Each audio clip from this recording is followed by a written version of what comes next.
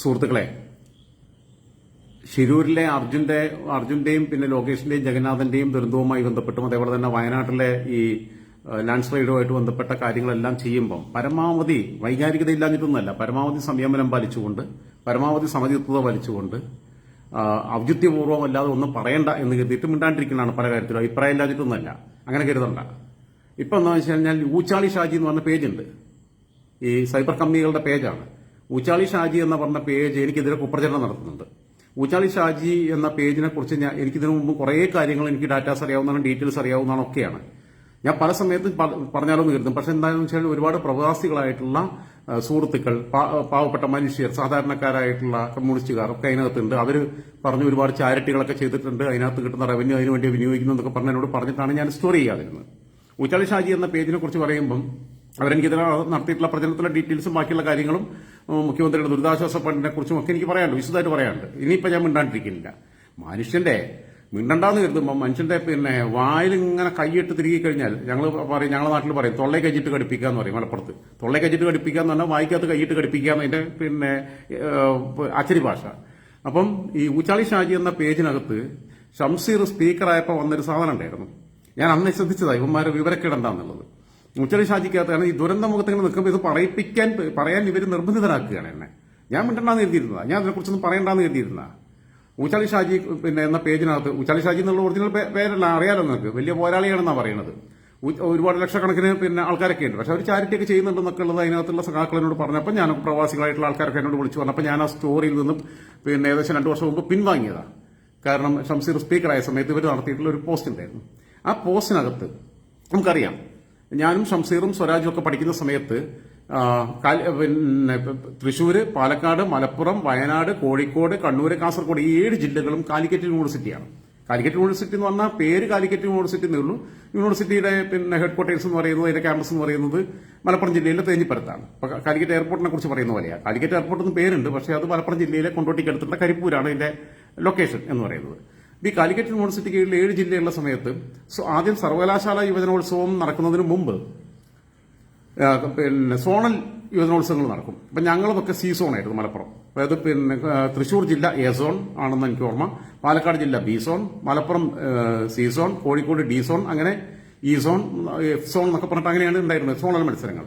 ഈ സോണൽ മത്സരങ്ങൾക്കകത്ത് ഓരോ ക്യാമ്പസിൽ നിന്നും ഓരോ മത്സരത്തിലും, വ്യക്തിഗത മത്സരങ്ങളിലും ഗ്രൂപ്പ് മത്സരങ്ങളിലും ഒക്കെ, വ്യക്തിഗത മത്സരങ്ങളിൽ 1-2 സ്ഥാനങ്ങൾ നേടിയ ആളുകൾ, ഗ്രൂപ്പ് മത്സരങ്ങളിൽ 1-2 സ്ഥാനങ്ങൾ നേടിയ ടീമുകൾ, അവർ സോണൽ മത്സരത്തിൽ പങ്കെടുക്കും. സോണൽ മത്സരത്തിൽ പങ്കെടുത്തിട്ട് 1-2 സ്ഥാനങ്ങൾ നേടിയ ടീമുകൾ പിന്നെ അവര് പിന്നെ ഗ്രൂപ്പിനത്തിൽ സർവകലാശാല മത്സരത്തിന് യോഗ്യരാകും, ക്വാളിഫൈ ചെയ്യും.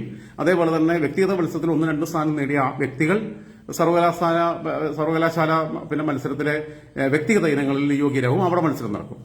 ഞാൻ പിന്നെ പങ്കെടുത്തിട്ടുള്ളത് എന്ന് പറഞ്ഞു കഴിഞ്ഞാൽ ഈ മലയാളം പ്രസംഗം, മലയാളം ഉപന്യാസ രചന, മലയാളം കഥാരചന, ഈ 3 എണ്ണത്തിനും. പ്രീ ഡിഗ്രിക്ക് പഠിക്കുമ്പോഴും 2 വർഷവും ഫസ്റ്റ് ആയിരുന്നു ക്യാമ്പസിൽ. അന്ന് സോണൽ മത്സരത്തിനും പിന്നെ ഫസ്റ്റ് ആയിരുന്നു. സർവകലാശാല മത്സരത്തിന് പോയിട്ടില്ലായിരുന്നു അന്ന്, ചില ബുദ്ധിമുട്ടുകളുണ്ട്. ഡിഗ്രിക്ക് പഠിക്കുമ്പോൾ ഞാൻ ഫസ്റ്റ് ഇയറിന് പങ്കെടുത്തു, ഫസ്റ്റ് ആയിരുന്നു ക്യാമ്പസിൽ. സോണൽ മത്സരത്തിന് പിന്നെ പോയിരുന്നില്ല, കാരണം ഈ കുട്ടികളെ കൊണ്ടുപോകുന്ന SFI ചുമതലകൾ കാര്യങ്ങളൊക്കെ ഉള്ളതുകൊണ്ട് പോയി. പക്ഷെ അറ്റൻഡ് ചെയ്യാൻ പറ്റിയില്ല. പിന്നെ ഡിഗ്രി സെക്കൻഡ് ഇയറിന് ഞാൻ കോളേജ് യൂണിയൻ ചെയർമാൻ ആയതുകൊണ്ട് ഞാൻ മത്സരിച്ചില്ല. കാരണം ജഡ്ജിങ്ങിനകത്ത് ഒരുപാട് വിഷയങ്ങൾ വരാറുണ്ട്. 2, ഗഫൂർ പുളിയാന്തൊടി എന്ന് പറയുന്ന ആൾ നിന്റെ വ്യൂസ് നോക്കി എത്ര ആളുകൾ, എനിക്ക് എന്റെ വ്യൂവേഴ്സിനെ കുറിച്ച് എത്ര ആൾക്കാർ കാണുന്നു എന്നുള്ളതൊന്നും അല്ല പ്രശ്നം. ഞാൻ എന്റെ കാര്യങ്ങൾ പറയാന്നുള്ളത്. എന്തായാലും ഗഫൂർ പുളിയാന്തൊടി ഈ പിന്നെ പാതിരാത്രിയിൽ ഈ 10 മണി പിന്നെ കഴിഞ്ഞ് 3 മിനിറ്റായ സമയത്ത് ലൈവിലിരുന്ന് എന്റെ കാര്യങ്ങൾ കാണുന്നു എന്നുള്ളത് എനിക്ക് സന്തോഷം തരുന്ന ആളാണ്. ഗഫൂറിനെ പോലെയുള്ളവരെ കേൾപ്പിക്കാനല്ല, അത് എത്ര പേര് കാണുന്നു എന്നുള്ളതല്ല വിഷയം. ഗഫൂറിനെ പോലെയുള്ളവരാണ് അത് കാണേണ്ടത്. കാരണം മനസ്സിന് വിഷമുള്ള, മനസ്സിൽ പിന്നെ നെറികളുള്ള ആളുകളുടെ ആരെങ്കിലും ഹൃദയത്തെ ഒന്ന് ശുദ്ധീകരിക്കാൻ എന്റെ വാക്കുകൾ സഹായിച്ചാൽ, അതിനകത്ത് ഒരാളെങ്കിലും ശുദ്ധീകരിക്കാൻ കഴിഞ്ഞാൽ അതിനകത്ത് ഞാൻ കൃതാർത്ഥനാണ്. അത്രയാണ്. ഓക്കെ. എന്തായിരുന്നാലും പിന്നെ നിസാർ സംഗീത് പറഞ്ഞു ഒരുപാട് തരം താഴാതെ ജോസഫെ, ഉള്ള ബഹുമാനം കളയാതെ. ഓക്കെ. എന്തായിരുന്നാലും പിന്നെ ജോസഫ് എന്നുള്ളത് എന്റെ അച്ഛന്റെ പേരാണ്, മരണപ്പെട്ടു പോയിട്ടുണ്ട്. എന്തായിരുന്നാലും കുഴപ്പമില്ല, ഇംഗ്ലീഷുകാരൊക്കെ അങ്ങനെ വിളിക്കുക. താങ്കൾ ഇംഗ്ലീഷുകാരനാണെന്ന് വരുന്നത്, ഇംഗ്ലീഷുകാരൊക്കെ മിസ്റ്റർ ജോസഫ് എന്നാണ് പിന്നെ ചിലർ പറയാം. പക്ഷെ ഞാനൊക്കെ പിന്നെ തിരുത്തിയിട്ടുണ്ട്, ഇറ്റ്സ് മൈ ഫാദേഴ്സ് നെയിം എന്നൊക്കെ പറഞ്ഞിട്ടുണ്ട്. ഓക്കെ.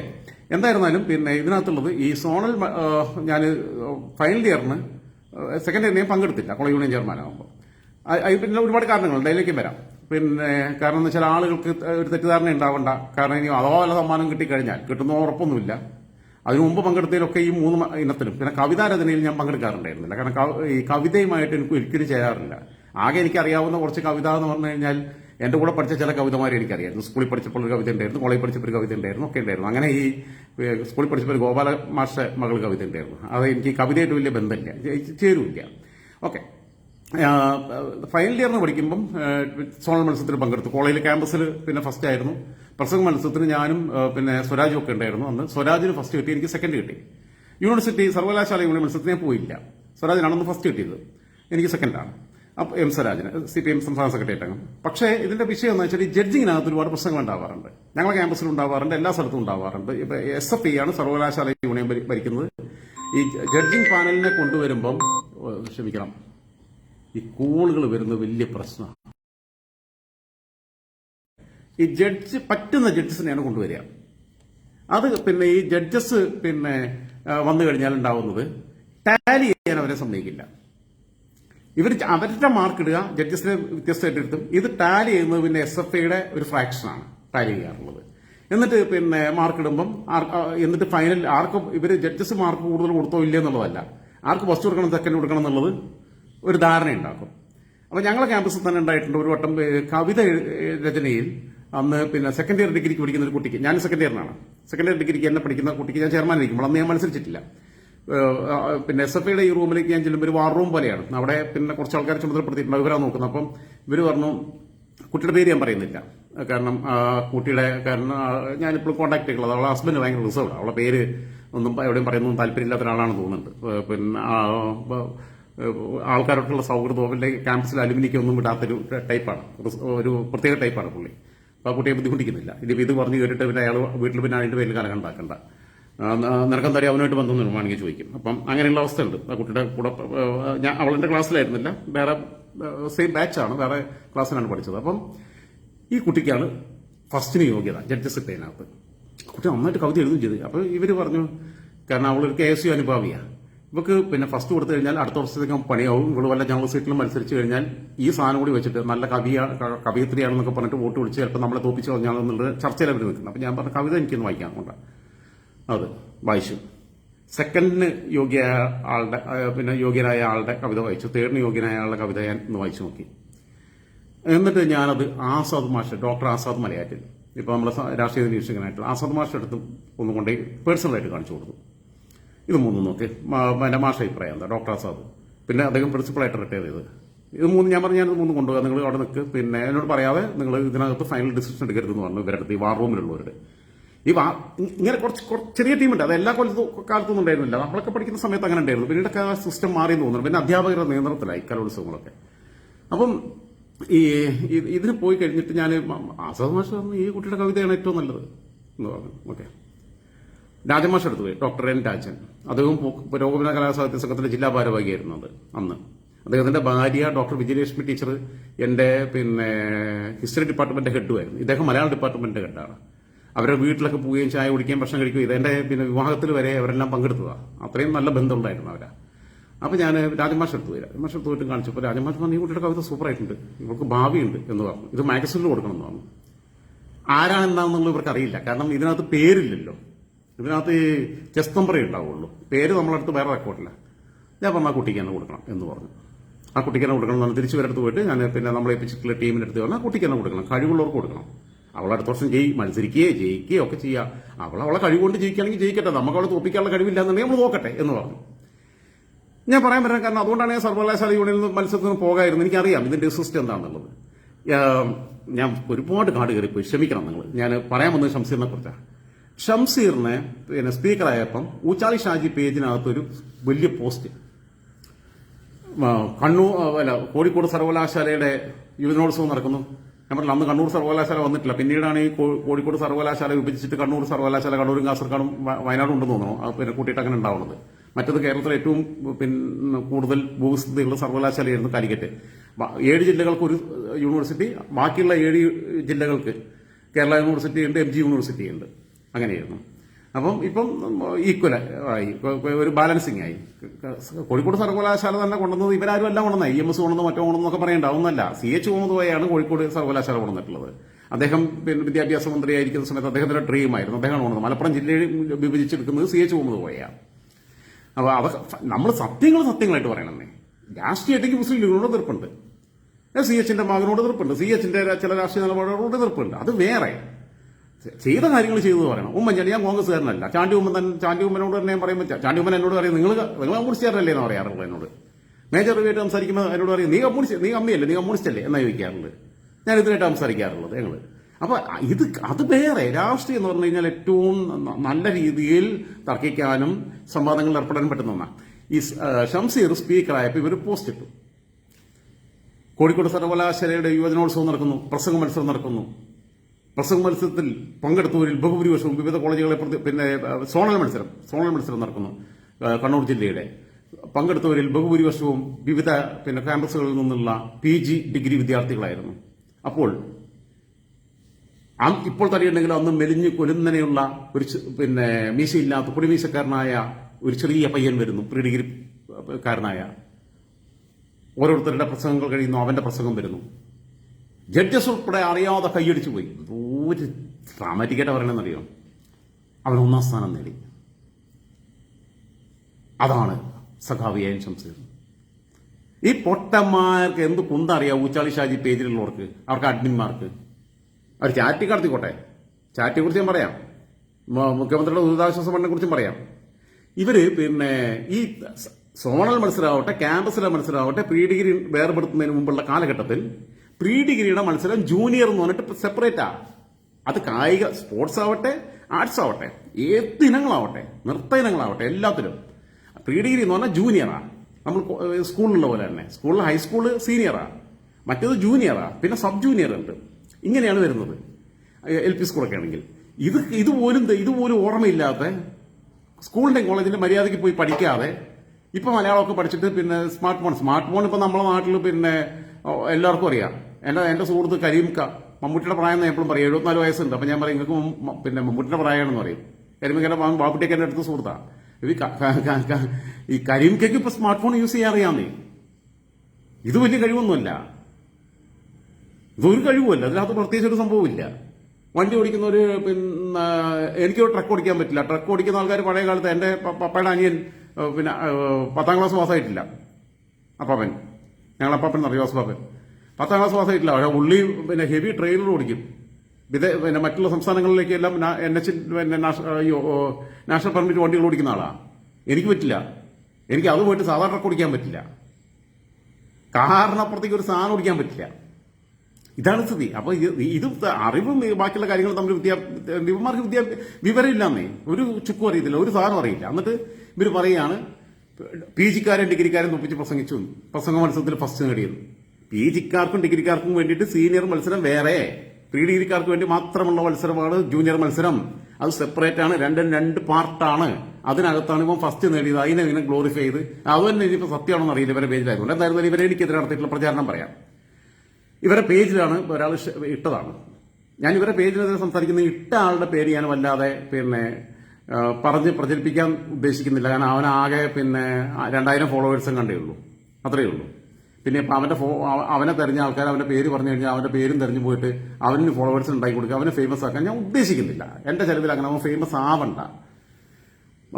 ഇതാണ് സാധനം. എനിക്ക് വാട്സപ്പിൽ എല്ലാം അയച്ചാൽ കാണാൻ വിസിബിൾ ആവില്ല, കാരണം ലെറ്റേഴ്സ് മാത്രം. മറുനാടൻ ഷാജൻസ്കറിയ എനിക്കറിയാവുന്ന ആളാണ്, സുഹൃത്താണ്. അഭിപ്രായ വ്യത്യാസങ്ങളുണ്ട് ഷാജൻ ചേട്ടനായിട്ട്. അങ്ങോട്ടും ഇങ്ങോട്ടൊക്കെ അഭിപ്രായ വ്യത്യാസങ്ങൾ പറയാറുണ്ട്. പുള്ളി എന്നെ വിമർശിക്കാറുണ്ട്, ഞാൻ പുള്ളിയെ വിമർശിക്കാറുണ്ട്, ഒക്കെയുണ്ട്. യോജിപ്പുള്ള കാര്യങ്ങൾ പറയാറുണ്ട്. അപ്പോൾ അത് പിന്നെ അങ്ങനെയുള്ള ബന്ധം, ഹെൽത്തി റിലേഷനാണ്. എല്ലാത്തിലും യോജിച്ചുകൊണ്ടുള്ള ബന്ധമല്ല. ആബിദ് അടിവാരം എനിക്ക് ആളെ അറിയില്ല. റെജിമോൻ കുട്ടപ്പൻ എനിക്ക് അറിയാം. പിന്നെ ഒരു ജിയോ പൊളിറ്റിക്സ് നന്നായിട്ട് കൈകാര്യം ചെയ്യുന്ന ജേർണലിസ്റ്റാണ്. ഒരുപാട് രാജ്യങ്ങളിൽ പിന്നെ പത്രപ്രവർത്തനവുമായിട്ട് ബന്ധപ്പെട്ട് പിന്നെ സന്ദർശിച്ചിട്ടുള്ള ആളാണ്. സർക്കാസ്റ്റിക്കായിട്ട് കാര്യങ്ങളെക്കുറിച്ച് പോസ്റ്റ് ഇടുന്ന ആളാണ്. ജെട്ടി ബെന്നി അതാരാന്ന് എനിക്കറിയില്ല. എനിക്ക് ആന്റണി രാജു ജെട്ടി എന്നുള്ളത് എനിക്കറിയാം. കാരണം എന്ന് വെച്ചാൽ പുള്ളി കോടതിയിലുള്ള തൊണ്ടി മുതൽ മുൻ മന്ത്രി ജെട്ടി മാറ്റി എടുത്തുകൊണ്ട് പുള്ളി എനിക്ക് ജെട്ടി പിന്നെ ആന്റണി രാജു എന്നുള്ളത് അറിയാം. ജെട്ടി ബെന്നി എനിക്കറിയില്ല. പ്രമീള ഗോവിന്ദ് എനിക്കറിയില്ല. രാജൻ ജോസഫ് എനിക്കറിയാം, ഞാൻ തന്നെയാണെന്ന് കരുതുന്നു, അവർക്ക് ആള് പറ്റിയിട്ടില്ലെങ്കിൽ.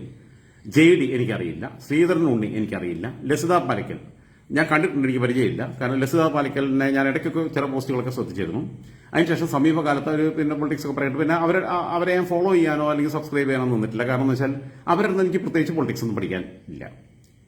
അവർ പറയുന്നതിനേക്കാളും ഒട്ടും കുറയാതെ അവരുടെ രാഷ്ട്രീയം തന്നെ പറയാനും എനിക്കറിയാം. അപ്പോൾ അതുകൊണ്ട് അവരുടെ അടുത്ത് പ്രത്യേകിച്ച് ഒന്നും ലേൺ ചെയ്യാറില്ല. പഠിക്കാനുള്ള ആൾക്കാരുടെ അടുത്താണെങ്കിൽ നമ്മൾ ശ്രദ്ധിക്കും. അപ്പം പിന്നെ അവരുടെ അടുത്ത് വൈശാഖൻ നമ്പിയെ ഞാൻ സബ്സ്ക്രൈബ് ചെയ്തിട്ടുണ്ട് അല്ലെങ്കിൽ ഫോളോ ചെയ്യാറുണ്ട്. അങ്ങനെ എനിക്ക് പ്രത്യേകിച്ചൊന്നും പഠിക്കാനില്ലാത്തതുകൊണ്ട് ഞാൻ അവരെ പിന്നെ ഫോളോ ചെയ്തിട്ടില്ല.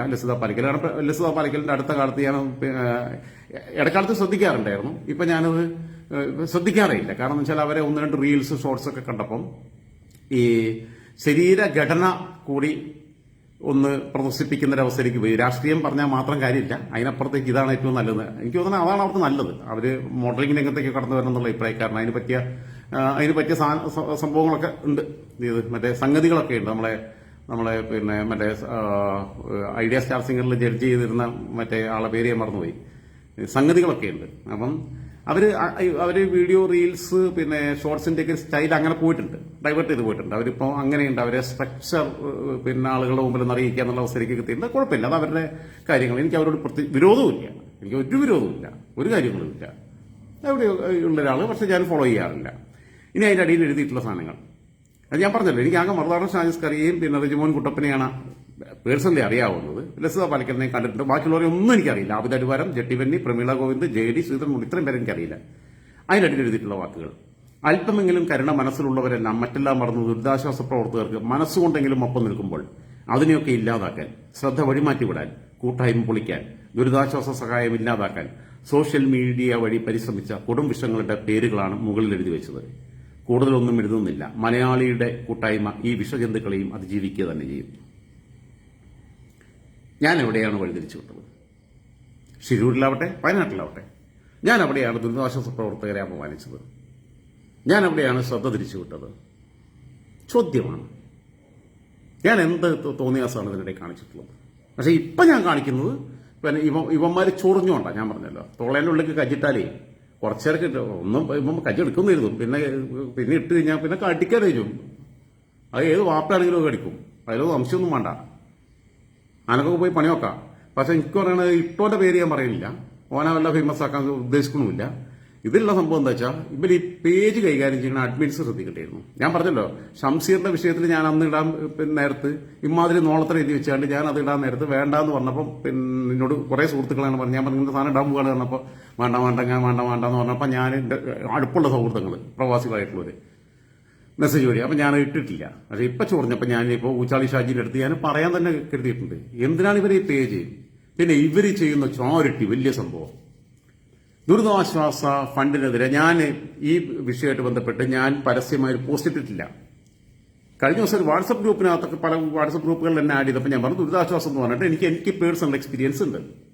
ദുരിതാശ്വാസം എന്ന് പറഞ്ഞിട്ട് താൻ തോന്നിയാസം നടത്തുന്നവരുണ്ട്. അതിന്റെ മറവിൽ പിന്നെ ഫ്രീ ഡ്രഗും ഫ്രീ സെക്സും നടത്തുന്നവരുണ്ട്. എന്റെ അനുഭവം പേഴ്സണൽ 2019 നിലമ്പൂർ ഭാഗത്ത് പ്രളയം ഉണ്ടായപ്പോൾ എന്റെ സുഹൃത്ത് എന്നെ വിളിച്ച് പഴയ SFP ജില്ലാ കമ്മിറ്റി എന്നെ വിളിച്ചിട്ട് പറഞ്ഞു, രാജേട്ടാ പിന്നെ അവിടെ താമസിക്കുന്നത് ഞാൻ ഒറ്റയ്ക്കാണെന്നറിയാം, ഞങ്ങൾ പിന്നെ റിലീഫ് വർക്കുമായിട്ട് ബന്ധപ്പെട്ട് കുറെ ആൾക്കാർ വരുന്നുണ്ടെന്ന് പറഞ്ഞു.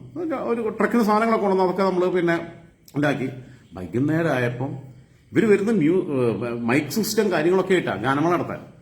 എനിക്ക് പിന്നെ ഇവർ പല ബ്രാൻഡുകളെ കൊണ്ട് നന്നായിട്ട് മദ്യപിക്കുന്ന സമയമാണ്. ഞാൻ മദ്യപിച്ചു. പലരും കൊണ്ടുവന്ന് പിന്നെ ചേട്ടൻ കഴിക്കും സഖാവ് കഴിക്കുന്നൊക്കെ പറഞ്ഞിട്ട് ഇങ്ങനെ തരുന്നുണ്ട്. ആൺകുട്ടികളും പെൺകുട്ടികളും ഒക്കെ ഉണ്ട്. 23 വയസ്സുള്ള പെൺകുട്ടി വരെ ഉണ്ട്. അവൾക്ക് രാത്രി 2 മണിക്ക് കഞ്ചാവ് തെരഞ്ഞു പോയതൊക്കെ പിന്നീട് നമ്മളെ മനസ്സിലാക്കുന്നത്. രാത്രി 2 മണിക്ക് പോയി കഞ്ചാവ് തെരഞ്ഞു പോയതെന്നുള്ള എനിക്കറിയില്ല. ഇവിടുത്തെ സ്റ്റഫ് തീർന്നു. ജോയിന്റ് സ്പെഷ്യൽ ബ്രാഞ്ച് പോലീസ് എന്റെ വീട്ടിൽ പിന്നീട് വന്നു അന്വേഷണത്തിന് വേണ്ടിയിട്ട്. CI എന്നെ വിളിച്ചു. ഒരുപാട് സംഭവങ്ങൾ ഉണ്ടായിട്ടുണ്ട് അതിന്റെ പേര്. ഞാൻ ഒരുപാട് അനുഭവിച്ചിട്ടുണ്ട്. അതിന്റെ നാട്ടുകാർ പിന്നെ മൊത്തം പിന്നെ ഒരുപാട് പേര് എൻ്റെ അടുത്ത് വന്നിട്ട് ഉപദേശിച്ച് വഴക്ക് പറഞ്ഞൊക്കെ ഉണ്ട്. അയൽക്കാരും നാട്ടുകാരും പിന്നെ പല പാർട്ടിക്കാരായിട്ടുള്ള ആൾക്കാരും ഒക്കെ. അവരാണ് വന്നിട്ട് ഇവരെല്ലാം വീട്ടിൽ നിന്ന് ഇറക്കി വിടുന്നത്. 10 പേര് ഞാൻ കുറച്ച് ദിവസമായിട്ട് അവിടെ നിൽക്കുക. ആദ്യ ദിവസം വന്ന് കാരണം എന്നെ ഓഫാക്കിയിട്ടിട്ട് പിന്നെ പ്രവീൺ സനൂസ് എന്ന് പറയുന്ന ആള് you also making money from this flood. ഞാൻ ഈ ഫ്ലഡിൽ നിന്ന് ഒരു പൈസ ഉണ്ടാക്കാൻ വന്നിട്ടില്ല എന്ന് കരുതിട്ട് എന്റെ പൈസ മന്ത്രിമാർക്ക് തിന്നാൻ വേണ്ടി വിട്ടുകൊടുക്കാൻ ഞാൻ ഉദ്ദേശിക്കുന്നില്ല. അങ്ങനെയുണ്ട്. അതിലേക്ക് ഞാൻ വരുന്നത്. തിരിച്ചു വരാം അതിലേക്ക്. Okay. Geetha Bhaskar Idea star സിംഗറിൽ പറഞ്ഞ ആളുടെ പേര് ശരത്. ശരത് സാർ പിന്നെ ഡയറക്ടറായിരുന്നു, മ്യൂസിക് ഡയറക്ടർ. എന്തായിരുന്നാലും അങ്ങനെ വന്ന സമയത്ത് ഇവര് വന്നു, അങ്ങനെ വന്ന് പിന്നെ അവര് തന്നെ പിന്നെ പലതരത്തിലുള്ള വെറൈറ്റി ഫുഡ്സ് കൊണ്ടിരുന്നു, പിന്നെ വീട്ടിൽ തന്നെ പാചകം ചെയ്യുന്നു, ഭയങ്കര ആഘോഷം. ഇവര് സിഗരറ്റ് വലിക്കുന്നുണ്ട്. അപ്പൊ ഞാനും സിഗരറ്റ് അല്ലേ, ഞാനും വലിച്ചു. ഈ സിഗരറ്റ് മറ്റേതായിരുന്നേ സാധനം. ഞാൻ ജീവിതത്തിൽ ആദ്യമായിട്ട് വലിക്കുക. എനിക്കിതിന്റെ മണോ ഗുണമൊന്നും അറിയത്തില്ല. ഞാൻ മുമ്പ് വലിച്ച് ശീലമുള്ള ആൾക്ക് വലിക്കാം, തിരിച്ചറിയാൻ പറ്റും. എനിക്ക് ഐഡന്റിഫൈ ചെയ്യാൻ പറ്റിയില്ല. ഇതിൽ പ്രത്യേക മണമുള്ള സിഗരറ്റാണല്ലോ. ഇവരാരും എന്നെ തിരുത്തിയില്ല. സ്നേഹമുള്ളവരാണെങ്കിൽ കൊണ്ടുവന്ന സുഹൃത്തുക്കളും പറയണം, രാജേട്ടാ അത് സാധനം കഞ്ചാവാണ്, വലിക്കരുതെന്ന് പറയണമായിരുന്നു. നിങ്ങൾ വലിച്ചിട്ടുണ്ടോ, ഇല്ലെങ്കിൽ വലിക്കരുതെന്ന് പറയണമായിരുന്നു. എന്റെ കിളി മാറിപ്പോയി. രാവിലെ എഴുന്നേറ്റ് ഇങ്ങനെ ഞാൻ പിന്നെ സോഫയിൽ ഒരാളുണ്ട്, ഞാൻ താഴത്ത് കിടന്നു. 3 ബെഡ്റൂമുണ്ട്. എല്ലായിടത്തും ആൾക്കാർ ഫില്ലായി. വന്നപ്പോൾ അവിടെ ഇവിടെയൊക്കെ എല്ലാത്തിനും കെട്ടിപ്പിടിച്ച് മറ്റൊക്കെ ആയിട്ട് കിടക്കുക എല്ലാവരും. പെൺപിള്ളേരൊക്കെ പിന്നെ എന്റെ പിന്നെ മുൻ ഭാര്യയുടെ ഡ്രസ്സൊക്കെ അവിടെ ഇരിപ്പുണ്ടായിരുന്നു. ഓരോരുത്തരും മിഡിയൊക്കെ ഇട്ടിട്ട് ഇങ്ങനെ ഇരിക്കുന്നു. ഞാൻ അങ്ങനെ നോക്കുമ്പോൾ എന്റെ ഡ്രസ്സും എന്റെ ഭാര്യയുടെ ഡ്രസ്സും ഒക്കെ അന്ന് ഞങ്ങൾ പിരിഞ്ഞിരിക്കുക. എല്ലാം ഇട്ടിട്ട് ഇങ്ങനെ ആണും പെണ്ണും എല്ലാം കൂടി ഇരിക്കുക, കിടക്കുക, ഓരോരുത്തർക്ക് എല്ലാം അടിച്ച് ഓഫായിട്ട് കിടക്കുക. ഇതാണ് റിലീഫ് വർക്ക്. രാത്രി മുഴുവൻ ഗാനമേളയായിരുന്നു എന്ന് പറഞ്ഞ അയൽവക്കാർ. ഞാൻ കിടന്നുറങ്ങിപ്പോയി, കാരണം എനിക്ക് ഈ സാധനം ശീലമില്ലല്ലോ. അപ്പൊ ഞാൻ ഇതിനെക്കുറിച്ച് കഴിഞ്ഞ ദിവസം വാട്സ്ആപ്പ് ഗ്രൂപ്പുകൾക്കകത്തൊക്കെ ഞാൻ പറഞ്ഞു, ഇങ്ങനെയൊക്കെ റിലീഫ് വർക്ക് നടന്നു. മാത്രമല്ല മുഖ്യമന്ത്രി പറഞ്ഞിട്ടുണ്ട്, ഈ റിലീഫ് വർക്ക് എന്ന് പറഞ്ഞിട്ട് സാധനം കൊണ്ട് വരികയാണെന്ന് പറഞ്ഞിട്ട്. കാരണം ഈ സംഭവത്തിന്റെ ഇടയിൽ കൂടി ഇത് അതാത് സ്ഥലത്ത് ജില്ലാ കളക്ടറെ ഏൽപ്പിക്കാനാണ് മുഖ്യമന്ത്രി പറഞ്ഞത്. അത് തന്നെയാണ് നടക്കേണ്ടത്. എല്ലാം കൂടെ അങ്ങോട്ട് വണ്ടി എടുത്തിട്ട് വയനാട്ടിലോട്ട് ഇട്ടു പിന്നെ കാഴ്ച കണ്ട് ആസ്വദിക്കാൻ വേണ്ടി പോകണ്ടെന്ന് ഇതിന്റെ പേരിൽ.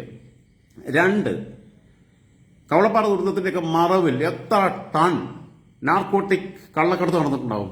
കാരണം ഇവന്മാർക്ക് ഒരു ട്രക്ക് സാധനം, കുറച്ച് പായ, കുറച്ച് പിന്നെ ടർപ്പായ, കുറച്ച് പിന്നെ ബെഡ്, പിന്നെ കുറച്ച് പാത്രങ്ങളെല്ലാം കൂടെ കയറ്റുമ്പോൾ 1-2 ലക്ഷം രൂപയുടെ സാധനം ട്രക്കിനകത്ത് അതിന്റെ വണ്ടിക്കൂലി എല്ലാം കൂടെ 2.5 ലക്ഷം രൂപ. അതിന്റെ മറവിൽ 10 ലക്ഷം രൂപയുടെ കള്ളക്കടത്ത് നടക്കും. ഏത് നാർക്കോട്ടിക്, ഇതിന്റെ പിന്നെ സപ്ലൈ നടക്കും, ലോജിസ്റ്റിക്സ്. അങ്ങനെ ഉപയോഗിക്കുന്നവരുണ്ട്, ഇതിനെ മിസ്യൂസ് ചെയ്ത് ആത്മാർത്ഥമായി രംഗത്ത് നിൽക്കുന്നവരുമുണ്ട്. ഞാൻ പറഞ്ഞല്ലോ, മരം വെട്ടാൻ പോകുന്ന സാധാരണക്കാരൻ മരം മുറി അവന്റെ കയ്യിലുള്ള അവൻ പൈസ കൊടുത്ത് മേടിച്ച മരം മുറി യന്ത്രത്തിനകത്ത് സ്വന്തം പിന്നെ ചിലപ്പോൾ അതിന് അടവ് പോലും തീർന്നിട്ടുണ്ടാവില്ല, സ്വന്തം കയ്യിൽ നിന്ന് പൈസ എടുത്തിട്ട് അതിനകത്ത് പിന്നെ ഫ്യൂൾ ഒഴിച്ച് കൊണ്ടുപോയിട്ട് മരം മുറിക്കുന്നവരുണ്ട്. കിടപ്പാടം പണയം വെച്ച് JCB മേടിച്ചവൻ ആ JCB അങ്ങോട്ട് ഫ്രീ ആയിട്ട് വിടുന്നുണ്ട്. അരി വാങ്ങാൻ വേണ്ടി എവിടെന്നെങ്കിലും ഭാര്യയുടെ താലിമാല വരെ പണയം വെച്ചിട്ട് പിന്നെ ഒരു ചെറിയ ആംബുലൻസ്, ഒമിനി ടൈപ്പിലുള്ള ആംബുലൻസ് ഉണ്ടാക്കിയിട്ട് അതുകൊണ്ട് ഓടിച്ച് ജീവിക്കുന്നവൻ അവൻ കയ്യിൽ നിന്ന് എണ്ണ അടിച്ചിട്ട് അവൻ അവിടെ പോയിട്ട് നിൽക്കുന്നുണ്ട്, പണിക്ക് പോവുകയല്ല. അങ്ങനെയുള്ള ഒരുപാട് മനുഷ്യരുണ്ട്. അതിനിടയിൽ ഇങ്ങനത്തെ കൊയ്ത്തുകാരുണ്ട്. മുഖ്യമന്ത്രി പറഞ്ഞിട്ടുള്ളത് ഒരാൾ പോലും അവിടേക്ക് അങ്ങനെ സാധനം എത്തിക്കേണ്ട ആവശ്യമില്ല. നിങ്ങൾ അതായത് ജില്ലാ കളക്ടർമാരെ ഏൽപ്പിച്ചാൽ മതി. പിന്നെ ഇവന്മാരൊക്കെ എന്ത് കോപ്പിന് അങ്ങോട്ട് പോണേ, ഓടിപ്പിടിച്ച് ഇവ കൊടുത്താലേ പറ്റുള്ളൂ. എന്നിട്ട് അതിന്റെ വീഡിയോ എടുത്തിട്ട് ഇവനിടണം. ഇവനാണ് ദുരിതാശ്വാസ പ്രവർത്തനം മുഴുവൻ ഏകോപിപ്പിച്ചത്. രഞ്ജിത്ത് ഇസ്രായേൽ എന്തായാലും ഇതിനൊന്നും പോകുന്നില്ല. അവന് കുറച്ചൊരു 10 പൈസയുടെ കമ്മിയുണ്ട്, ചെറിയതായിട്ട് കിളി പറയിട്ടുണ്ട്. അതുകൊണ്ട് പിന്നെ അങ്ങനെ ഉള്ള എന്തൊക്കെ കാര്യങ്ങൾ ചെയ്തിട്ടുണ്ട്. ഒരു മര്യാദ വേണ്ടേ ചെയ്യുന്നതിന്. ഇനി അടുത്ത കാര്യത്തിലേക്ക് വരാം. ഇനി ഞാൻ ദുരിതാശ്വാസ ഫണ്ടിനെതിരെ ഒന്നും പറഞ്ഞിരുന്നില്ല, പക്ഷെ ഇത്രയും പറഞ്ഞുകൊണ്ട് ഞാൻ പറയാം. അതിനെതിരെ ദുരിതാശ്വാസ ഫണ്ട് വക മാറ്റി ചെലവഴിച്ചു എന്നൊരു പിന്നെ രീതിയിലുള്ള പിന്നെ വിഷയങ്ങൾ വന്നിരുന്നു. ഇപ്പൊ കുവൈറ്റിൽ ഒരുപാട് തൊഴിലാളികൾ പിന്നെ തീ കത്തി മരിച്ച വിഷയവുമായിട്ട് ബന്ധപ്പെട്ട് ആ കമ്പനിയുടെ ഉടമ KM എബ്രഹാം കഴിഞ്ഞ വർഷത്തെ ലോക കേരള സഭയ്ക്കകത്ത്, ലോക കേരള സഭ ഉണ്ടാക്കുമല്ലോ, ഇവരുണ്ടാക്കി അതിന് കുറെ കോടികൾ പിന്നെ ചെലവഴിക്കും, റിസൾട്ടൊന്നുമില്ല. ലോക കേരള സഭയ്ക്കകത്ത് ഇദ്ദേഹം അതിനെതിരെ സംസാരിച്ചിരുന്നു. കാരണം അദ്ദേഹവും 50 ലക്ഷം 1 കോടി എന്തോ ഇതിനു വേണ്ടിയിട്ട് ഡൊണേറ്റ് ചെയ്തിരുന്നു. ഇതിനെ ഡൈവേർട്ട് ചെയ്ത് യൂസ് ചെയ്യരുത്, മിസ്യൂസ് ചെയ്യരുത്.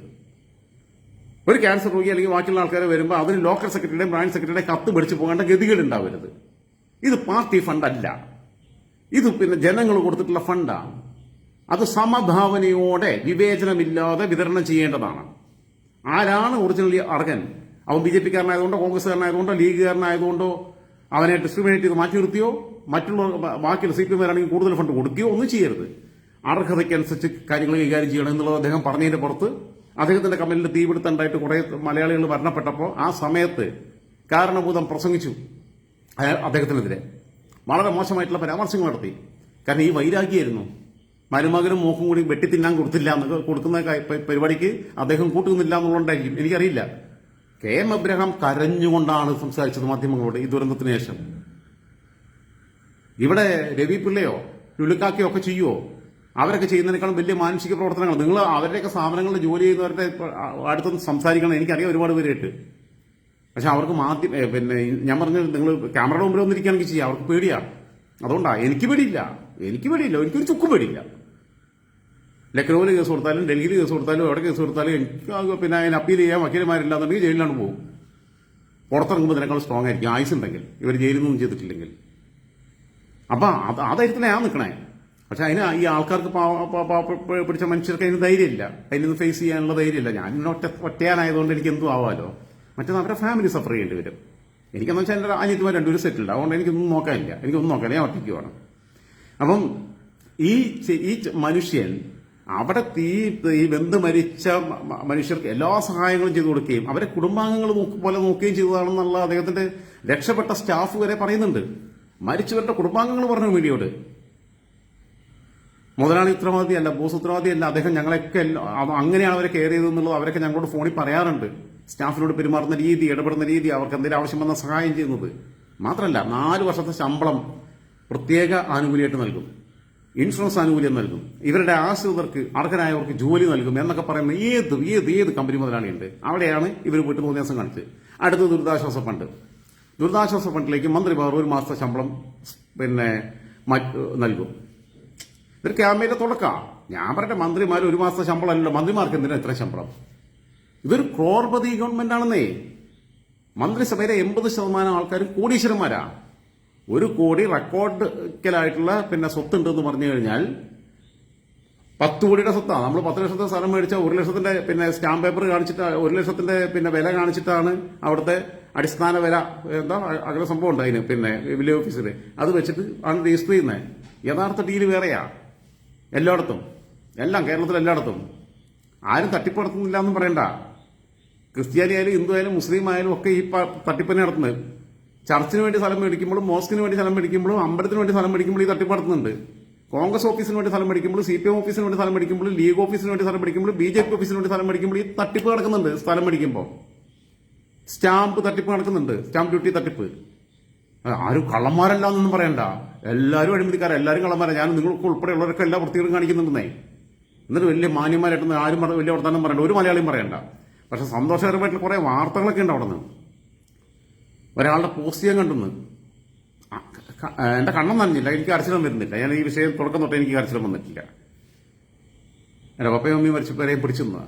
അതുകൊണ്ട് അതിന് ശേഷം പിന്നെ എനിക്ക് ഒരു ദുരന്തങ്ങളും അങ്ങനെ കരച്ചിലും വരാറില്ല. അങ്ങനെ ഉള്ളിലൊരു സങ്കടം, ഒരു പിന്നെ എന്താ പറയുക, ഉറക്കമില്ലാത്ത അവസ്ഥ അതൊക്കെ വരാറുണ്ട് ആലോചിച്ചിരുന്നിട്ട്. എന്റെ പിന്നെ മുലപ്പാൽ ആവശ്യമുള്ള കുഞ്ഞുങ്ങളുണ്ടെങ്കിൽ അറിയിക്കണം, എന്റെ ഭാര്യ നൽകാൻ തയ്യാറാണ്. ഒരു മനുഷ്യന്റെ പോസ്റ്റാ ഫേസ്ബുക്കിൽ. 10 കോടി അവിടെ പിന്നെ കൊണ്ട് ചെലവഴിക്കാന്ന് പറയുന്ന ആളെക്കാൾ, നരേന്ദ്രമോദി ചെയ്തതിനേക്കാൾ, അമിത്ഷാ ചെയ്തതിനേക്കാൾ, ബാക്കിയുള്ള ആൾക്കാർ ചെയ്തതിനേക്കാൾ, ആർമി ചെയ്തതിനേക്കാൾ അവർക്കൊന്നും ചെയ്യാൻ പറ്റാത്ത സേവനം അത്. മുലപ്പാൽ ആവശ്യമുള്ള കുഞ്ഞുങ്ങൾക്ക് അവർക്ക് പശുപാലും പിന്നെ ആടുപാലും കൊടുത്തിട്ട് കാര്യമില്ല. മുലപ്പാൽ തന്നെ വേണം. അമ്മമാര് അല്ലെങ്കിൽ ഉമ്മമാര് ആ മണ്ണിനടിയിൽ പോയിട്ട് ഏതെങ്കിലും പിഞ്ചു കുഞ്ഞ് രക്ഷപ്പെട്ടിട്ടുണ്ടെങ്കിൽ അതിന് മുലപ്പാൽ കൊടുക്കാൻ എന്റെ ഭാര്യ തയ്യാറാണെന്ന് പറഞ്ഞ ആ മനുഷ്യനാണ്. പിന്നെ അതിനേക്കാൾ വലിയ ചാരിറ്റി ഒന്നും ലോകത്തില്ലാന്നേ. അത് മനസ്സിലാക്കാദ്യം. സ്വന്തം സ്വത്ത് എനിക്ക് ജീവിക്കാൻ ആവശ്യം ഇത്ര മതി എന്ന് പറഞ്ഞിട്ട് ബാക്കിയുള്ള പിന്നെ ലക്ഷക്കണക്കിന് ഡോളറിന്റെ സ്വത്ത് ലോകത്തെ ഏറ്റവും വലിയ കോടീശ്വരനായിരുന്ന ബിൽ ഗേറ്റ്സ് ചാരിറ്റിക്ക് വേണ്ടി മാറ്റിവെച്ചു. നൌഷാദ് എന്ന് പറയുന്ന കോഴിക്കോട്ടിലെ ചെറുപ്പക്കാരൻ ഓടയിൽ അന്യസംസ്ഥാന തൊഴിലാളികൾ ഒഴുകിപ്പോയപ്പം എടുത്തിയാടിയ വിസർജ്യങ്ങൾക്കിടയിലേക്ക് എന്നിട്ട് അദ്ദേഹം മരണപ്പെട്ടു. അദ്ദേഹത്തിന്റെ ഭാര്യയ്ക്ക് ജോലി കൊടുത്തുകൊണ്ടോ അവർക്ക് വീട് കൊടുത്തുകൊണ്ടോ പൈസ കൊടുത്തുകൊണ്ടോ കാര്യമില്ല.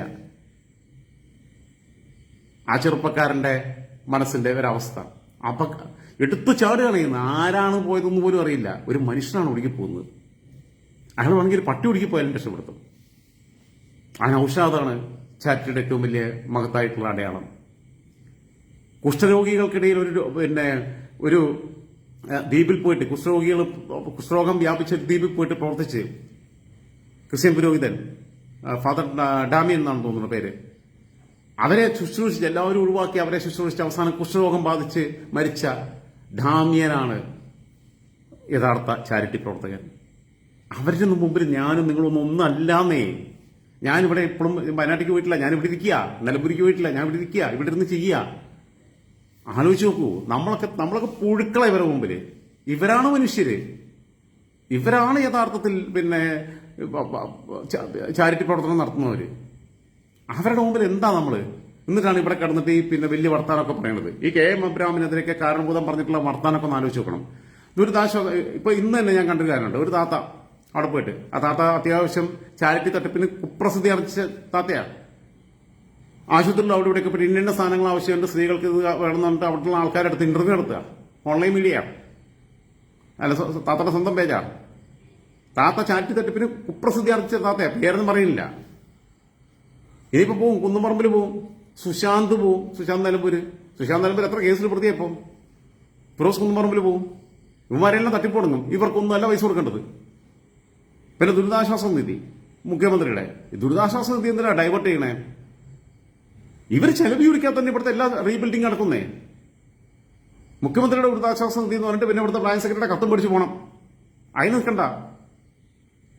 നിങ്ങൾ കൊടുക്കണ്ടെന്ന് ഞാൻ പറയുന്നില്ല, ആരോടും കൊടുക്കണ്ടെന്നുള്ള ആഹ്വാനം ഞാൻ നടത്തുന്നില്ല. ഞാൻ കൊടുക്കില്ല മുഖ്യമന്ത്രിയുടെ ദുരിതാശ്വാസ ഫണ്ടിക്ക്. ഈ ഊച്ചാളി ഷാജി പേജിൽ തന്നെ ചൊറിഞ്ഞുകൊണ്ടാണ് ഞാനത് പറയണേ. കളിക്കാൻ പറ്റുന്നിടത്ത് നിങ്ങൾ കളിക്കണം. മിണ്ടാണ്ടിരിക്കുന്നതിനകത്ത് നിങ്ങൾക്ക് എങ്ങനെയും പോയി പറയാം. എന്റെ വായിൽ കൈയിട്ടാൽ ഞാൻ കടിക്കും. എന്നെ ചൊറിഞ്ഞാൽ ഞാൻ തിരിച്ച് പറയും. പറയാൻ എനിക്ക് ആർജവും, എനിക്ക് പറയാൻ അറിയാം. നിങ്ങൾക്ക് പറ്റുന്നുണ്ടെങ്കിൽ നിങ്ങൾ എഴുതി, അല്ലെങ്കിൽ നിങ്ങൾ ഞാൻ നമ്മൾ സംവാദം നടത്താം. ഊച്ചാളി ഷാജി പേജിന്റെ ആൾക്കാർ ചൊറിയാൻ വരരുതെന്ന് ഞാൻ പറഞ്ഞിട്ടുണ്ട് പലവട്ടം.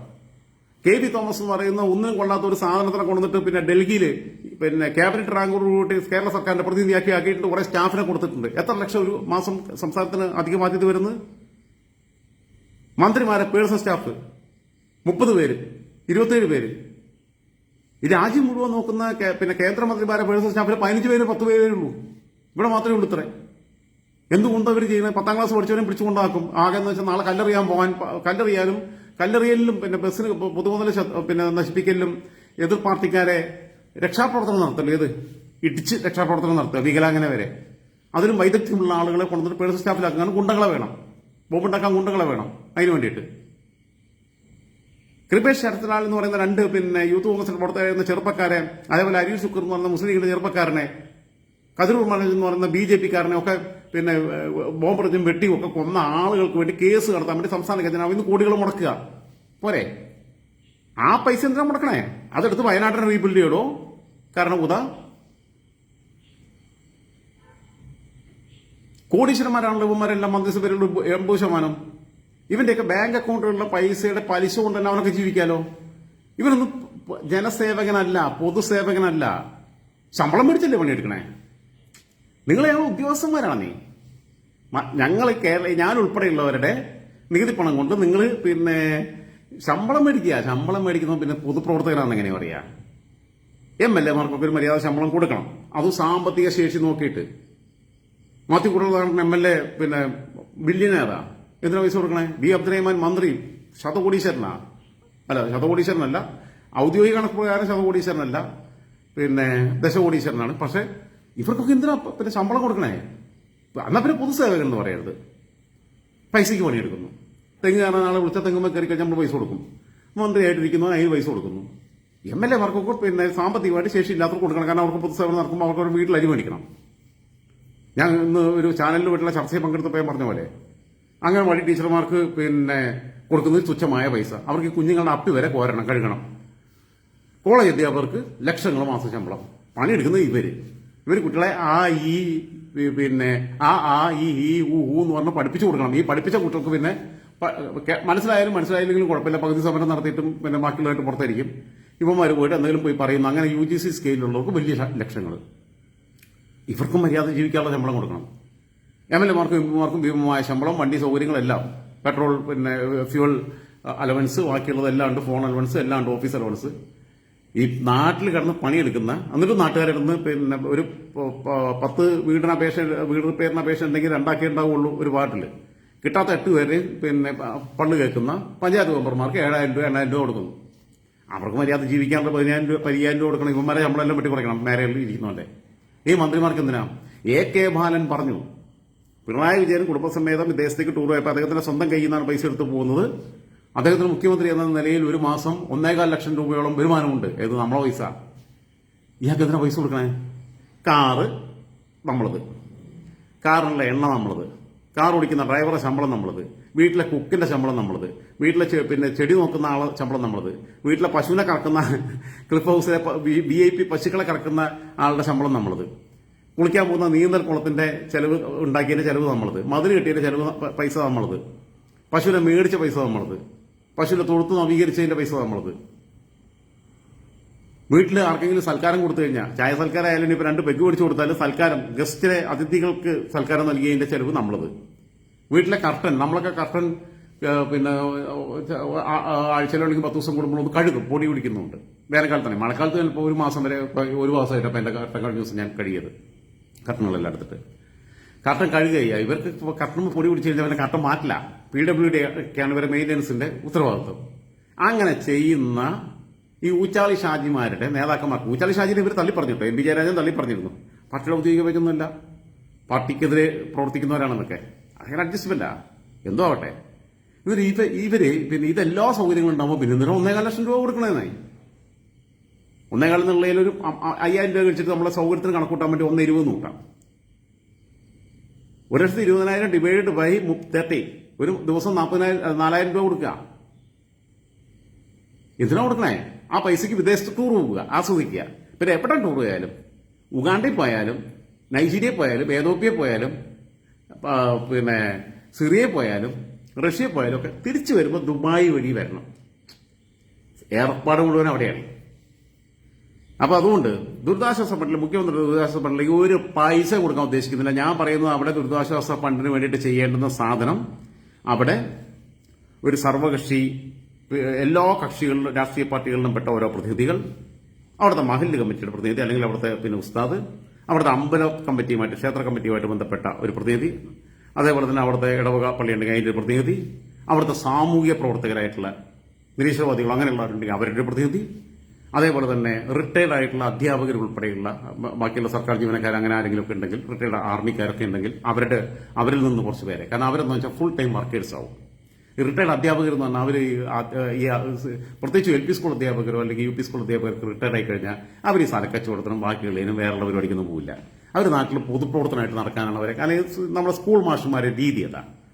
അതേസമയം ബാക്കിയുള്ളവരൊക്കെ ആണെങ്കിൽ പല പരിപാടിക്കും പോകും. അങ്ങനെയുള്ള ഈ അധ്യാപകരെ പിന്നെ ഒക്കെ ഉൾപ്പെടുത്തി ഒരു കമ്മിറ്റി ഉണ്ടാക്കുക, അതിന് ഒരു നോഡൽ ഓഫീസറെ അല്ലെങ്കിൽ സ്പെഷ്യൽ ഓഫീസറെ അതിന് വേണ്ടിയിട്ട് നിശ്ചയിക്കുക. ഗവൺമെന്റ് IAS റാങ്കിലുള്ള ആളാണെങ്കിൽ നല്ലത്, ഇല്ലെങ്കിലും കഴിവുള്ള ഒരു ഉദ്യോഗസ്ഥനെ അതിന് വേണ്ടിയിട്ട് പിന്നെ തീരുമാനിക്കുക. അവരെ പിന്നെ സംയുക്തമായിട്ട് അതിന് പിന്നെ ഒരു കമ്മിറ്റിക്ക് ഭാരവാഹികൾ ഉണ്ടാക്കുക. ആ കമ്മിറ്റികളുടെ ഭാരവാഹികളുടെ പേരുകൾ റീബിൽഡ് മുണ്ടക്കൈ, അല്ലെങ്കിൽ റീബിൽഡ് സൂചിപ്പാറ, റീബിൽഡ് മറ്റേ സ്ഥലത്തിന്റെ പേര് വായിക്കിട്ടുന്നില്ല, റീബിൽഡ് വയനാട് തന്നെ ആയിക്കോട്ടെ, വയനാട് മൊത്തത്തിൽ അതിന്റെ ക്യാമ്പ് ഓഫീസ് ഈ പ്രദേശത്തോടെയിലാക്കുക. പിന്നെ എന്നിട്ട് ആ കമ്മിറ്റിക്ക് ഒരു ജോയിന്റ് അക്കൗണ്ട് എടുക്കുക. ആ ജോയിന്റ് അക്കൗണ്ടിലേക്ക് ആൾക്കാർ പിന്നെ റിലീഫ് ഫണ്ടുകൾ നൽകട്ടെ, ദുരിതാശ്വാസ ഫണ്ട് അതിലേക്ക് അയക്കട്ടെ. അത് കമ്മിറ്റി ഉചിതമായി വിവേചനമില്ലാതെ സമഭാവനയോടെ ഇക്വലി അതിനകത്ത് എല്ലാവർക്കും തുല്യ പരിഗണന നൽകിക്കൊണ്ട് ആ ഫണ്ട് വിനിയോഗിക്കുക. ഇവരെ അവിടെ നിന്ന് പുനരധിവസിപ്പിക്കാൻ, ബാക്കിയുള്ള അവിടെ 25ഓളം വീടുകൾ നശിച്ചിട്ടില്ല എന്ന് പറഞ്ഞാൽ അവിടെ ആൾക്കാരെ താമസിക്കാൻ അനുവദിക്കരുത്. അവരെല്ലാം നിർബന്ധപൂർവ്വം അവിടെ നിന്ന് മാറ്റിയിട്ട് വേറെ അവർക്ക് വേണ്ട സൗകര്യങ്ങൾ ചെയ്തു കൊടുക്കുക. അല്ലാതെ ഇവരുടെ പിന്നെ റിലീഫ് ഫണ്ടിലേക്ക് അയച്ചിട്ട് അത് മുട്ടുതിന്നതിന് ഞാൻ എന്റെ പൈസ കൊടുക്കില്ല, നിങ്ങൾ കൊടുക്കണ്ടെന്ന് ഞാൻ പറയുന്നില്ല. പക്ഷെ ഉചിതമായ തീരുമാനം ഇങ്ങനെയാണ്. മാത്രമല്ല അവിടെ വേണ്ടത് വേറെ കാര്യങ്ങൾ, അവിടെ ക്യാമ്പ് ഓഫീസ് വളരെ ആ പ്രദേശമായിട്ട് ബന്ധപ്പെട്ട് കാരണം ആൾക്കാർക്ക് ആക്സസ് ഉണ്ടാവണം. അവർക്ക് കൽപ്പറ്റയോ ബത്തേരിയിലോ ഒക്കെ പോയിട്ട് ഇതിനു വേണ്ടിയിട്ട് ഓടി നടക്കാൻ പറ്റുന്ന അവസ്ഥയില്ല. യാത്ര ചെയ്യാൻ പറ്റുന്ന ശാരീരിക മാനസിക അവസ്ഥയിലേക്ക് അവർ വരണമെങ്കിൽ മാസങ്ങൾ പിടിക്കും അവശേഷിക്കുന്ന ആൾക്കാർ. അങ്ങനെയാണ് കൈകാര്യം ചെയ്യേണ്ടതെന്നുള്ള അഭിപ്രായമാണ് എനിക്കുള്ളത്. വേറെ ഉചിതമായ സ്ഥലങ്ങൾ കണ്ടെത്തണം. ഇപ്പൊ തന്നെ ചില ആൾക്കാർ 50 സെന്റ് സ്ഥലമൊക്കെ സ്പോൺസർ ചെയ്തവരുണ്ട്. 50 സെന്റ് സ്ഥലം ഉണ്ടെങ്കിൽ 10 കുടുംബത്തിന് ഉള്ള വീടായി. അപ്പം ഇനിയുള്ളവർക്ക് അവർക്ക് മാനസികാരോഗ്യം വളരെ പ്രധാനപ്പെട്ടതാണ്. മാനസികാരോഗ്യം എന്ന് പറയുമ്പം ആലോചിച്ച് നോക്കൂ, ഈ കയ്യും കാലും ഒക്കെ ആണ് കൺമുമ്പിൽ ഒളിച്ചു പോയാലെ കാണുകയാണ്. കൺമുമ്പിൽ മരണപ്പെടുമ്പോൾ, പ്രിയപ്പെട്ടവർ മരണപ്പെടുമ്പം രക്ഷിക്കാൻ കഴിയാതെ വരികയാണ്. 2 ദിവസം ഈ മലയുടെ മുകളിലും കുന്നിന്റെ മുകളിലും മരണത്തെ മുഖാമുഖം കണ്ടു നിൽക്കുകയാണ്. നമുക്ക് സങ്കല്പിക്കാൻ പറ്റുന്നതിനപ്പുറമുള്ള അനുഭവങ്ങളിലൂടെ അവർ കടന്നു പോകുന്നത്. ദുരന്തമുഖത്ത് പോയിട്ട് നമുക്ക് അനുഭവിക്കുക, പിന്നെ പോയിട്ട് മനസ്സിലാക്കാതെ തന്നെ നമുക്ക് ചാനലുകളിൽ കൂടി നമുക്ക് ഈ ദൃശ്യങ്ങൾ നമ്മളെ, പിന്നെ അവിടെ നിന്നുള്ള വിവരണങ്ങളും പത്രങ്ങളിൽ കൂടി കിട്ടുന്ന വിവരങ്ങളും നമ്മളെ എത്ര കണ്ട് കൊണ്ട് ചെയ്യുന്നു. അപ്പൊ ഇത് അനുഭവിച്ചവര്, നമ്മളെ സംബന്ധിച്ചിടത്തോളം നമുക്ക് ഈ അവരനുഭവിക്കുന്ന വേദനയുടെ 10 ഉണ്ടാവുള്ളൂ. നമ്മുടെ ആരുമല്ല പോയത്. അതൊക്കെയുണ്ട് മനുഷ്യന് പൊതുവെ. എന്റെ പപ്പ പോകുമ്പോൾ ഉണ്ടാവുന്ന അത്രയും വേദന എന്റെ സുഹൃത്തിന്റെ പപ്പ പോകുമ്പോൾ എനിക്ക് ഉണ്ടാവില്ല. സത്യ അതൊക്കെ പിന്നെ അങ്ങനെയാണെന്നൊക്കെ പറയണത് പിന്നെ വെറുതെ പറയുന്ന. നിങ്ങളുടെ കുഞ്ഞു പോകുമ്പോൾ ഉണ്ടാവുന്ന വേദനയോടൊപ്പം തന്നെ ഏറെക്കുറെ നിങ്ങളുടെ സുഹൃത്തിന്റെ കുഞ്ഞു പോകുമ്പോൾ ഉണ്ടാവും. നിങ്ങളുടെ പത്രത്തിൽ കൂടി വായിച്ച് വേറെ കുഞ്ഞ് നഷ്ടപ്പെട്ട വിവരം കേൾക്കുമ്പോൾ വേദന ഉണ്ടാവും. പക്ഷെ ആ വേദനയുടെ ആഴം കുറയും, ഡെപ്ത് വ്യത്യാസം ഉണ്ടാവും. അത് സത്യ. അതൊക്കെ പിന്നെ അങ്ങനെയാണെന്നൊക്കെ പറയുന്നത് കാപട്യാ.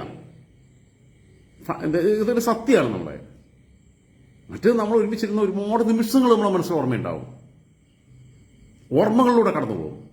മറ്റേ നമുക്ക് ഓർമ്മകളില്ല, വാർത്ത മാത്രമേ ഉള്ളൂ നമ്മുടെ മുമ്പിൽ. അതും ആ നോവും മറ്റേ നോവും തമ്മിൽ വ്യത്യാസമുണ്ട്. അപ്പം ഒരു കുടുംബത്തിൽ ഒരാൾ മാത്രം അവശേഷിച്ച കുടുംബങ്ങളുണ്ട്. വേറെ നിൽക്കാൻ്റെ ഒപ്പം അബ്ബാസ് അങ്ങനെ എന്താ നിൽക്ക പറയണു, 40 പേര്, 6 പേരുടെ ബോഡി കണ്ടെത്തി, 40 പേര് പിന്നെ ഉണ്ടായിരുന്ന കുടുംബമാണ്. ബാക്കിയുള്ളവരെല്ലാം മിസ്സിംഗ് ആണ്. ആ മനുഷ്യനൊക്കെ അനുഭവിക്കുന്നത്. ഇപ്പൊ ഇവരൊക്കെ എന്ന് വെച്ചാൽ കടുത്ത ഡിപ്രഷനിലൂടെയൊക്കെ പോകും. ചിലപ്പോൾ ആത്മഹത്യയൊക്കെ ചെയ്യാൻ സാധ്യതയുണ്ടാവുന്ന അവസ്ഥയുണ്ടാവും, ഭ്രാന്തായി പോകും.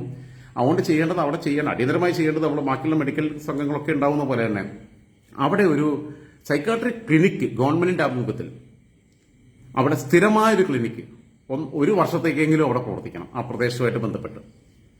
കാരണം ഇത് അനുഭവിച്ചവർ മാത്രമല്ല, നഷ്ടപ്പെടാത്തവർ മാത്രമല്ല, ഇന്നലെ വരെ കണ്ട് സംസാരിച്ചവർ, ഇന്നലെ വരെ ഒരുമിച്ച് പന്ത് കളിച്ചവർ, ഇന്നലെ വരെ ഒരുമിച്ച് സ്കൂളിൽ പോയവർ, ഇന്നലെ വരെ ഒരുമിച്ച് പിന്നെ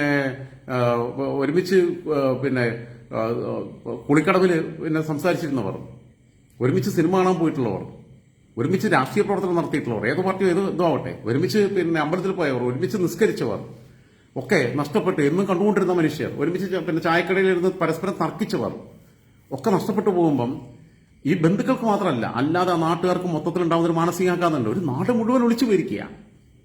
അവർക്ക് മാനസികാരോഗ്യം വീണ്ടെടുക്കാൻ വേണ്ടിയിട്ടുള്ള, അതായത് അവരുടെ ക്ലിനിക്ക് തുടങ്ങുക, ആ ക്ലിനിക്കിനകത്ത് ക്ലിനിക്കൽ സൈക്കാട്രിസ്റ്റ്, സൈക്കോളജിസ്റ്റ് ഉൾപ്പെടെയുള്ള നിരന്തരമായവർക്ക് കൗൺസിലിംഗ് നൽകണം. ജീവിച്ചിരിക്കുന്ന ആൾക്കാർക്ക് അത് പ്രായഭേദമന്യേ നൽകേണ്ടതാണ്. അവർക്ക് ഡിപ്രഷനുള്ള മരുന്നുകൾ ബാക്കിയുള്ളതെല്ലാം ഫ്രീ ആയിട്ട് സപ്ലൈ ചെയ്യുന്ന രീതിയിലുള്ള ക്ലിനിക്കൽ സൈക്കാട്രിസ്റ്റ് വേണം. അതിനുള്ള ആവശ്യമായിട്ടുള്ള എല്ലാ മരുന്നുകളും അവിടെ ഉണ്ടാവണം. അതേപോലെ തന്നെ സൈക്കോളജിസ്റ്റ് വേണം, കൗൺസിലിംഗ് കൃത്യമായിട്ട് കിടക്കണം എന്നുള്ളതും കൂടിയാണ് എനിക്ക് ഈ കൂട്ടത്തിൽ പറയാനുള്ളത്. എന്നെ ചൊറിഞ്ഞുകൊണ്ടാണ് ഞാൻ പറഞ്ഞത്. ഊച്ചാളി ഷാജി എന്ന് പറഞ്ഞ പേജിലൊന്നും കൂട്ടിയാൽ കൂടില്ല. അവർക്ക് വേണമെങ്കിൽ മാക്സിമം റിപ്പോർട്ട് അടിക്കാൻ പറ്റും എന്റെ പേജ്. കൂട്ടി കിട്ടുകയാണെങ്കിൽ കൂട്ടി കിട്ടട്ടെ, ഞാൻ വേറെ പേജ് ഉണ്ടാക്കും. എന്തായാലും എന്റേത് മോണിറ്റൈസർ ഒന്നല്ല, പൈസ ഉണ്ടാക്കാൻ വേണ്ട ഇവരുടെ നടത്തുന്നത്. മനസ്സിലായില്ലേ? എനിക്ക് അതിന് വേറെ ചാനലിലൊക്കെ പോയിട്ട് ഞാൻ ചെയ്യുന്നുണ്ട്. ഇന്നും പോയിട്ട് ചെയ്ത് പിന്നെ വൈകിട്ട് ഇവിടുന്ന് 6 മണിക്ക് പോയി 6:30 ആയപ്പം പിന്നെ എടപ്പള്ളി എത്തി. എടപ്പള്ളി ചെന്നിട്ട് 2 സ്റ്റോറി ചെയ്ത് 7 മണി 6:30 ആയപ്പോഴത്തി 7:30 ആയപ്പോഴത്തേക്ക് അതിനിടയ്ക്ക് കുറച്ച് നേരം ബ്രേക്ക് എടുക്കും, ഒരു സ്റ്റോറി ചെയ്തിട്ട് 2 അരമണിക്കൂർ ലെങ്ത്തുള്ള ഡിബേറ്റ്സ് ആണ്. ഇത് തിരിച്ചു വന്നതാണ്. എനിക്ക് ജീവിക്കാനുള്ള പൈസയ്ക്ക് ഞാൻ അങ്ങനെ ചെയ്യണേ. എന്റെ ഇതെന്ന് പറഞ്ഞാൽ എനിക്ക് പറയാനുള്ള സ്ഥലം ഒരുപാട് നീണ്ടുപോയി, ക്ഷമിക്കണം. കാര്യമാത്ര പ്രസക്തമായിട്ടുള്ള കാര്യങ്ങളല്ലാതെ ഞാനൊന്നും പറഞ്ഞിട്ടില്ല എന്നാണ് എന്റെ വിശ്വാസം. പിന്നെ ഈ ഡിപ്രഷന്റെ ഒക്കെ ആഴം എന്താണെന്ന് നന്നായിട്ട് അറിയാവുന്ന ആളാണ് ഞാൻ. ഈ ഗൾഫിൽ പോകുന്നിടം വരെ എന്ന് പറഞ്ഞാൽ ദിവസം 2 or 3 സിഗരറ്റ് ആയിരുന്നു കഴിക്കുക.